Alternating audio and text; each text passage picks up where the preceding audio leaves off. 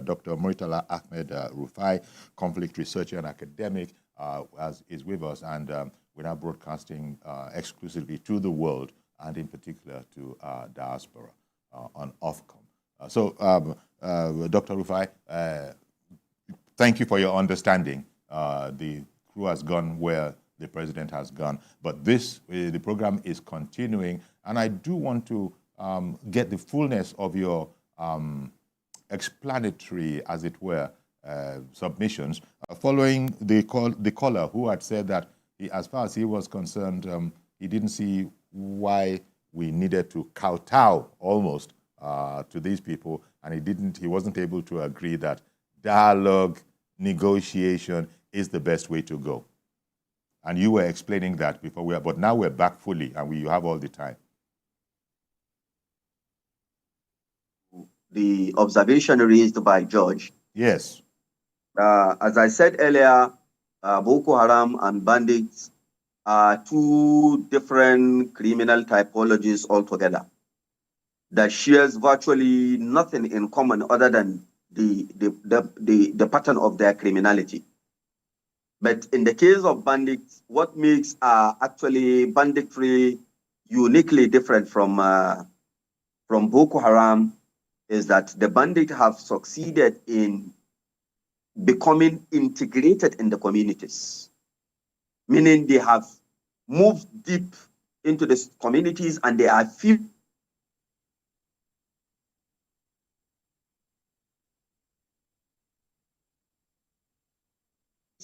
some of the communities have believed in them, meaning some of the communities are living under the regime of force because they don't have any other option other than to remain under the bandit regime.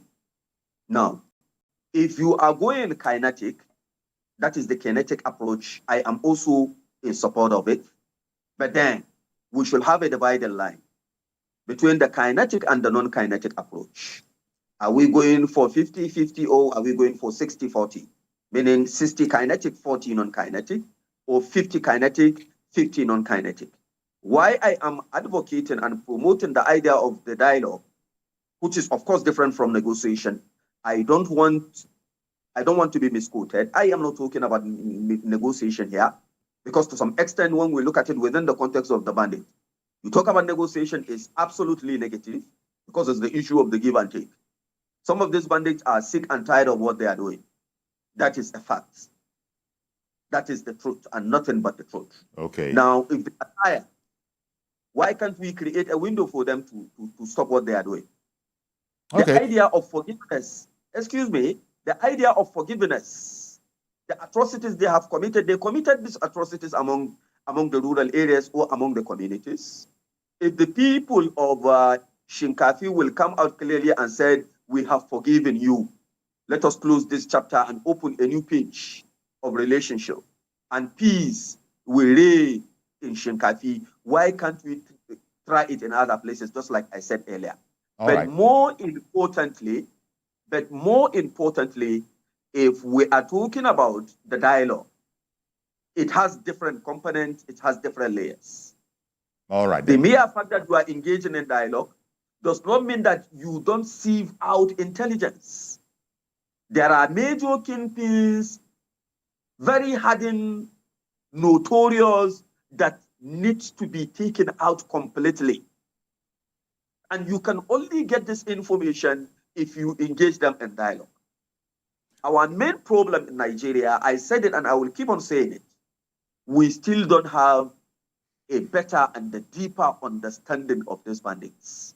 Well, in terms of what? There's someone waiting on the phone. In terms of, I beg your pardon. Someone's on the phone, wants to contribute. Mazi Okoroapo, he's been waiting for a while. Good morning to you, and thank you for holding on. Go ahead, Mazi. Mazi Okoroapo is in Arochukwu. Yeah, Okoroapo from Arochukwu. Sir Yuri, good morning. Now, good morning. I've been saying it, Sir Yuri. We have to go back to the basis. That is the causes, not the symptoms. What we are still finding is symptoms. Sir Yuri, political talks turn to terrorists. Let's go back to history, today in history. When Shakaro was in focus, what happened? Shakaro was carrying children enter bush enjoy himself, just send them back in. That is a great problem.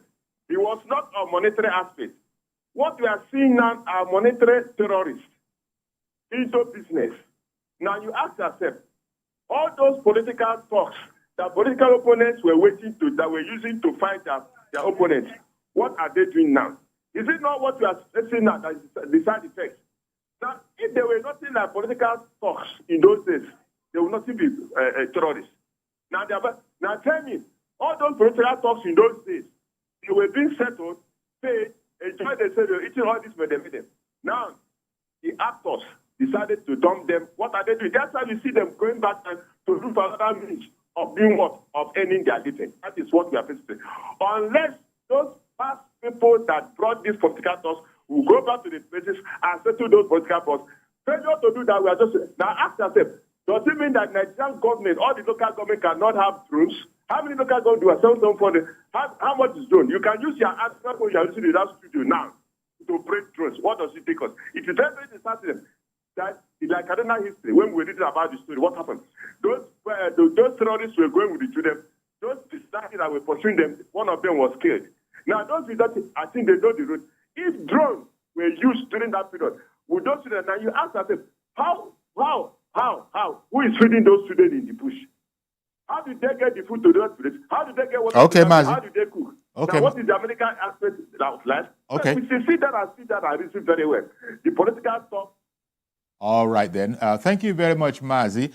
We are getting reactions, and our guest is an expert, Dr. Murtala Ahmed Rufa'i, the conflict researcher and academic, and he helps us to understand and put in context these comments that we're hearing. Well, you just heard another version that a lot of the foot soldiers, so to speak, maybe even the organizers, they're all, former political thugs. What will be your reaction to that? Well, thank you, Mazi, for providing this political thugs dimension. But the bandits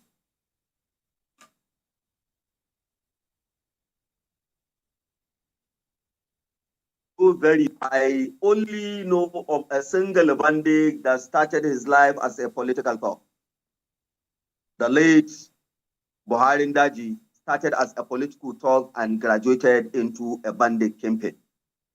But of all the bandits, I'm telling you, are people that I know doesn't have any relationship with any political party to some extent.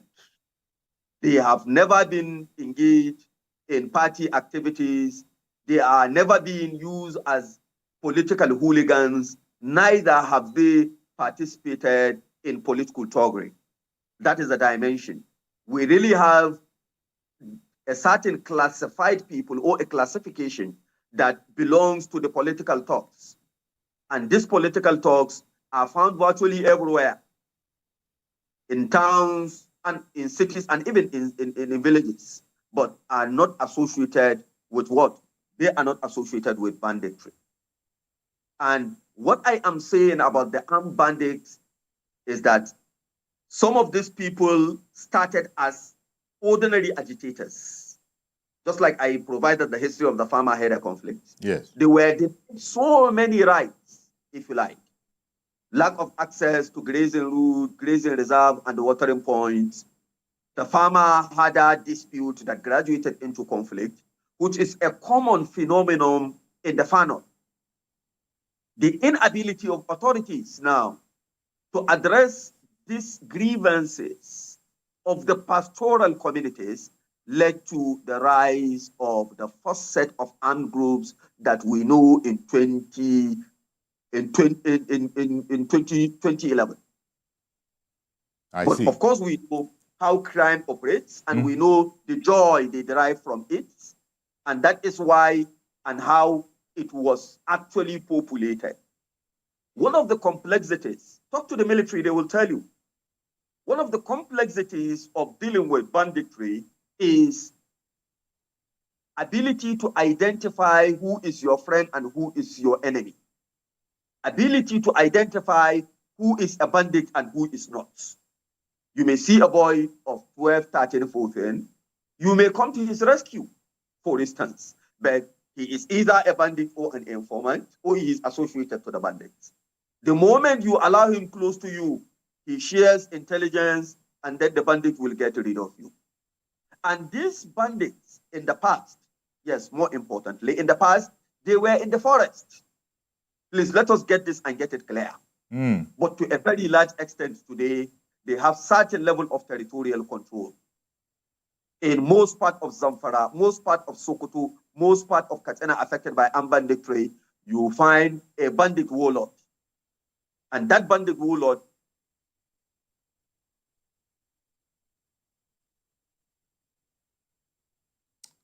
Okay, it has. I can give you countless names and the lists of these warlords who are.